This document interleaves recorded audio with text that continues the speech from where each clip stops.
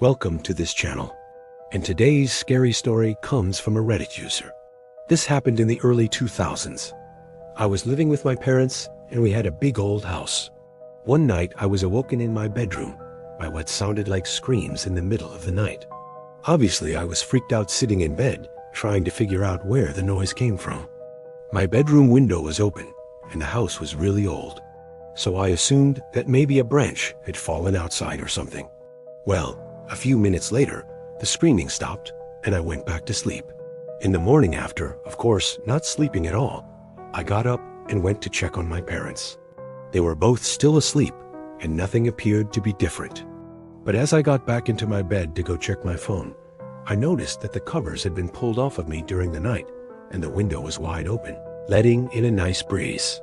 Well, I shrugged it off and figured that I had simply kicked the covers off during the night, and that my window must have also opened on its own.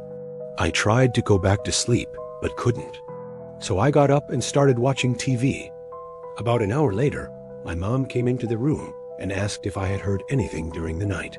She sounded very shaken, and I asked her why.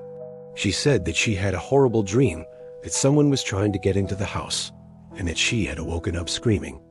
I told her that I had heard some screaming too, and that I thought maybe somebody was trying to break into the house. She quickly called my dad, who came home early from work, and he checked all of the doors and windows to make sure they were locked. He even went so far as to check the locks on the sliding glass doors that lead out to the patio. But everything was fine.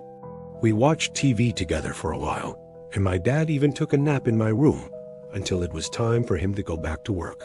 After he left, my mom and I went into the kitchen to make some lunch, and we started talking about how weird it was that the sliding glass door was unlocked.